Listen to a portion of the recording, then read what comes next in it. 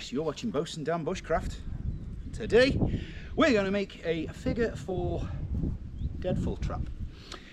Nice simple trap, well, simple. Can be a bit of a pain in the bottom to set up from time to time, but in principle it's a nice simple trap that involves just 3 sticks and a bit of bushcraft skill, and of course a knife. Well, really, I mean, if you were patient you could do it with a piece of broken glass or a sharp rock. Now, deadfall traps are traps that kill by crushing, i.e.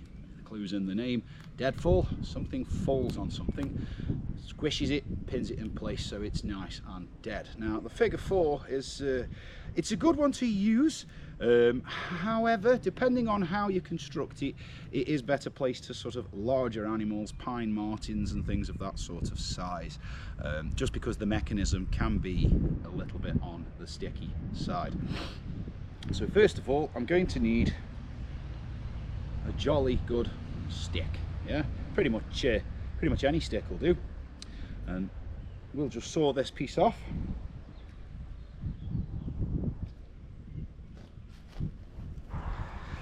With your first stick, well, with all your sticks actually, cut them so they're knowingly longer than you want.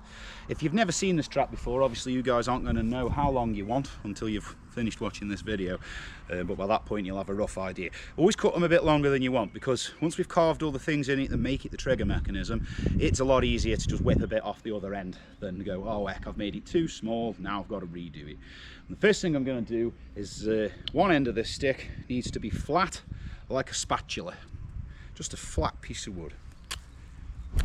So there we have, look, our little flat end, a little spatula end. I don't know if you see, it's a bit shady, isn't it, there today? So that's going to be part of the hinge, basically.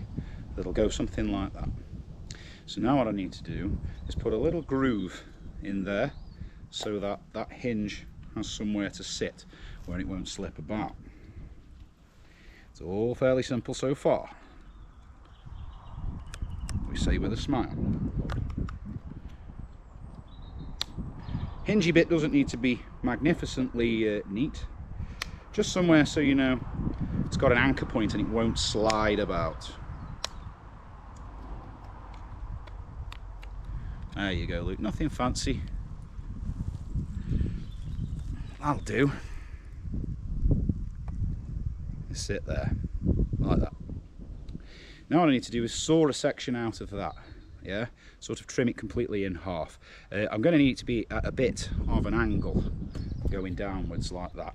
This changes, this exact sort of formula changes a little bit with every different stick you use, because obviously sticks are always going to be somewhat slightly different, so the different angles that you might need, they are going to alter depending on the stick. So there we go, there's the notch. Yeah, and you can see that I've just squared the front off there. That'll give it better bite. So it's going to be like that. Yeah. Now it's time for the trigger piece. Where's my stick? I think I need a longer stick in reality. That would do for the demonstration purposes, but I'm going to find a longer stick, because I hate it when people do that and they go, oh, this works for the demonstration, but it doesn't really fully explain it. And I'm terrible for doing it. I do it all the time before everybody points that out. I do always go, ah, it'll do for the demonstration. Let's go get a better stick. So that's a much better stick. It's actually a piece of tongue and groove board I've found lying around. But in bushcraft, never be afraid to use what you find. So I'm just going to shape it up a bit. And shape the front. I'm just going to take the front to a point. It's the bait stick. Right, now we're going to go back to our second stick, and I'm going to just cut that back end off more at a diagonal angle, so as it's more like that, yeah, to give that a bit of a point. I'll show you what I mean in a minute. Oh, go. Put that shape in that end. Now, in the back of the stick, I'm going to make a groove that's going to catch that and hold it for me. Yeah. So I'll show you that in just a moment. Right then. So that now will catch in that, yeah? And this will sit in that, and the trigger piece is going to go in there. So now we need to shape that up so that it fits in there and locks into place. Yeah, I'll put that shape on it and show you in just a minute. So there's my trigger piece, there's my hinge, and what it's going to do is it'll lock there. Okay. This is a fiddly bit. It'll lock there and there. So when there's pressure on that top bit there, look, it all stays together and makes the figure 4, yeah, like so.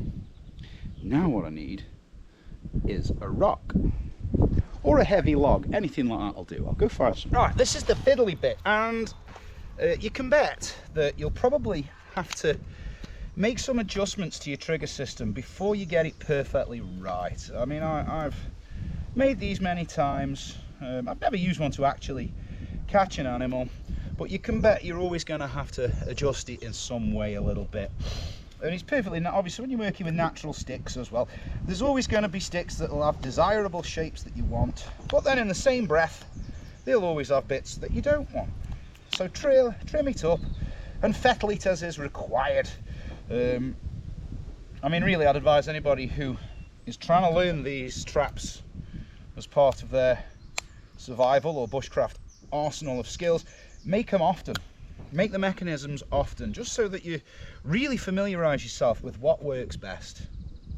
Now this is the really fiddly part, and you need to make sure your rock's the right size. This one might not be. There we go. Where are we? There we go. See what I mean? It's an unstable mechanism,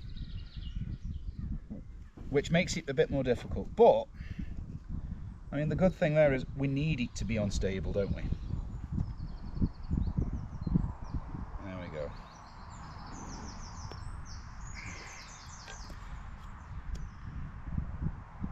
And this is the point where I said earlier, if I need to, I can trim my sticks up to fit my rock, yeah? And I think I probably do need to just trim this top stick a little bit. Right, that was a bit fiddly, but let's just make sure the mechanism is on. Right, so now you can see how it's all held together. That is, and it's very sensitive. Now, when you first make these, when you first start making these, you'll find your mechanisms are very sticky and very clunky until you get used to it. Until you get used to making it an absolute hair trigger. I can't really help you with that as an advice point. All I can say is practice making them, and that'll change it, yeah? And get used to doing it, basically. But the best piece of advice I can give you with this, which nobody ever seems to mention, this main stick here, this upright stick, it has to be out the way of this rock, so that when the mechanism falls, the rock doesn't simply, when I first started making these, the amount of times you'd set it off and it simply lands on that stick and stays upright, and then the animal runs off, which is just a nuisance. Now, this one isn't perfect. This rock is very make I would probably recommend a bigger rock or log so it'll fall quicker, but we'll test it and see. Make absolutely sure we can see that. So this is quite sensitive. Usually they're not sometimes, but this one I know it to be because I've just dropped it on my hand about 3 times. That was the slightest little tap. That would literally have been set off by a squirrel or anything like that. And then there's your dinner underneath that rock. Now, the best part about this, as far as traps and things go, is this mechanism that sets the trap off is reusable and can be carried around with you quite easily. Yeah, and you can adapt all the fittings and fitments as you need to make sure that you've got it right and you've got it sensitive. And if you're not used to making these, it's a bit fiddly at first, but once you get used to it, it's very simple. And you can see how it's working. I'm gonna have to just use my face here a second to just put some pressure on it. All right, pressure that. Lovely, Smink. Now we're in shot. So you can see as the pressure goes there, it's pulling that back onto that, and as soon as anything interferes with that, the whole thing falls down. But as I've just said to you, make sure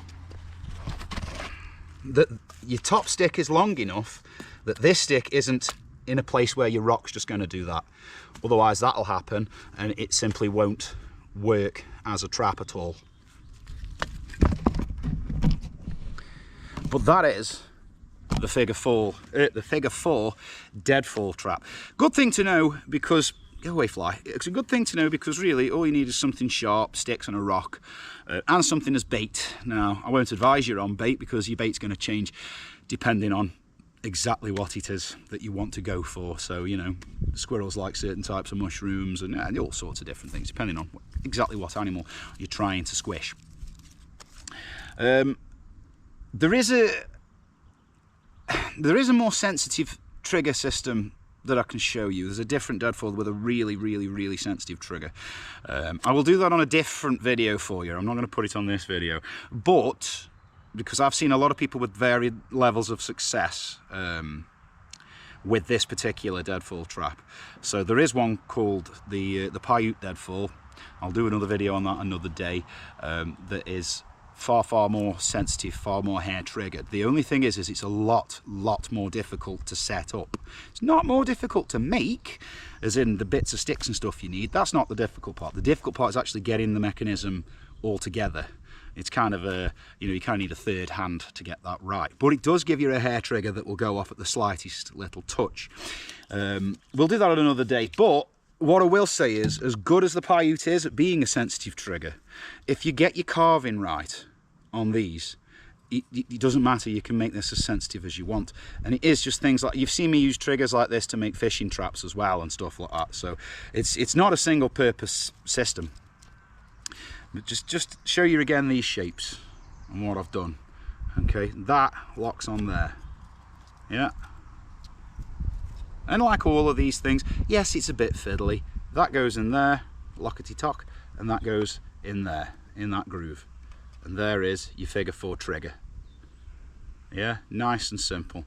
So you can see how they're all carved. And that really is all there is to the figure four deadfall trap.